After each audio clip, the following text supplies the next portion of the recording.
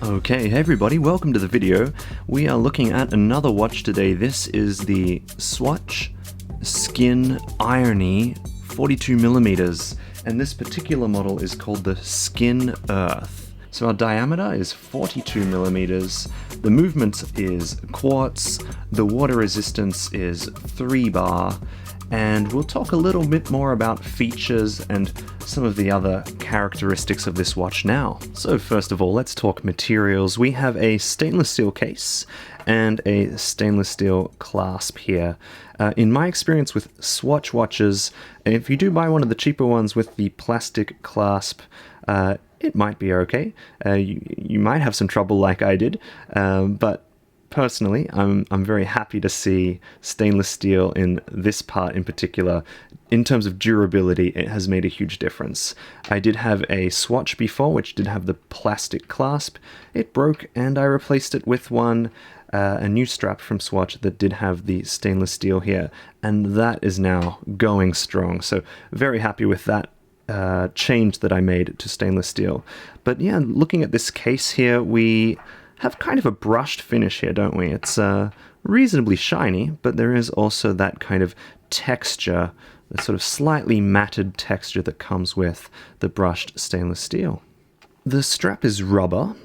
It's quite comfortable to wear, smooth on the bottom, and on the top it has this kind of rough texture to it, which feels quite good. I'm not sure what I spilled on this. I'm not sure what this is exactly. It has that look about it like it's toothpaste or something. But I don't know, I've tried washing it off with water so far, and it just keeps coming back. So I'm not sure what I did to it. Okay, moving on now to the dial of this watch, where I think we start to really see the character of the design we have here. Pretty cool, I think. Now, numbers around the outside are not arranged, in the usual way. They're all tilted in proportion, I suppose, with the curve around the outside of this circle dial. And also note that we've got 2 hands instead of 3, so there isn't actually a second hand ticking around the face here.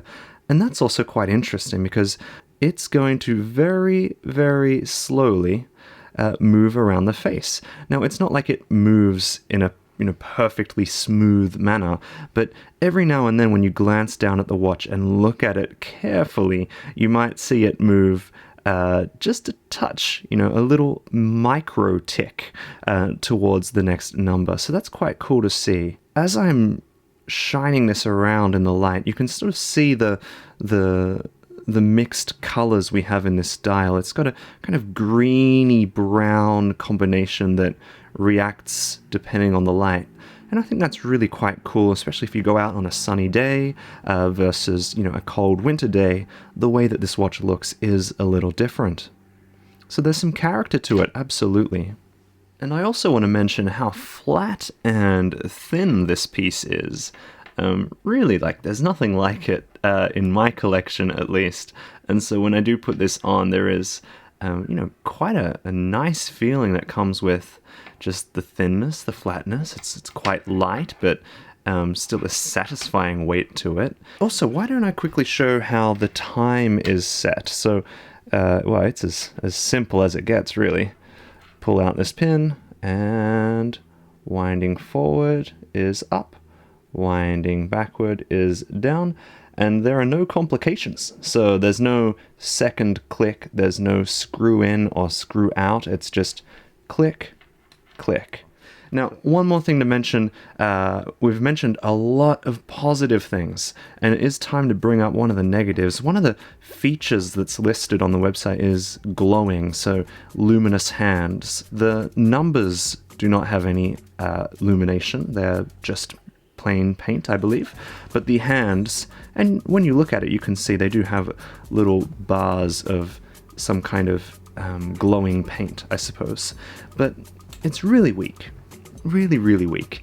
I don't really remember ever looking at this watch going, oh yeah, that's glowing, even shining a light directly on it and then testing it in the dark, it still feels like, yeah, the only time you'd ever see them glow is if you deliberately shone light at them and then held it right up to your eye.